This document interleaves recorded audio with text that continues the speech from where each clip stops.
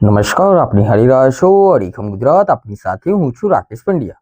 Mahisagar local crime બ્રાન્ચે Bakor police station વિસ્તારમાંથી રૂપિયા 4,60,622ની કિંમતનો વિદેશી દારૂનો જથ્થો ઝડપી પાડ્યો છે. આ કેસમાં કુલ રૂપિયા 12,95,622ના મુદ્દામાલ સાથે રાજસ્થાનના 2 આરોપીઓ અમન રમેશ યાદવ અને દીક્ષિત જીવરાજ યાદવની ધરપકડ કરવામાં આવી છે.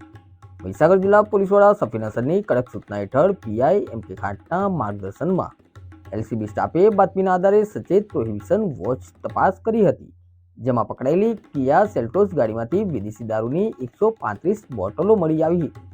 સમગ્ર બનાવ અંગે બાકોર પોલીસ મથકે પ્રોહિબિશનનો ગુનો દાખલ કરી કાયદેસરની કાર્યવાહી હાથ ધરવામાં આવી છે. નમસ્કાર.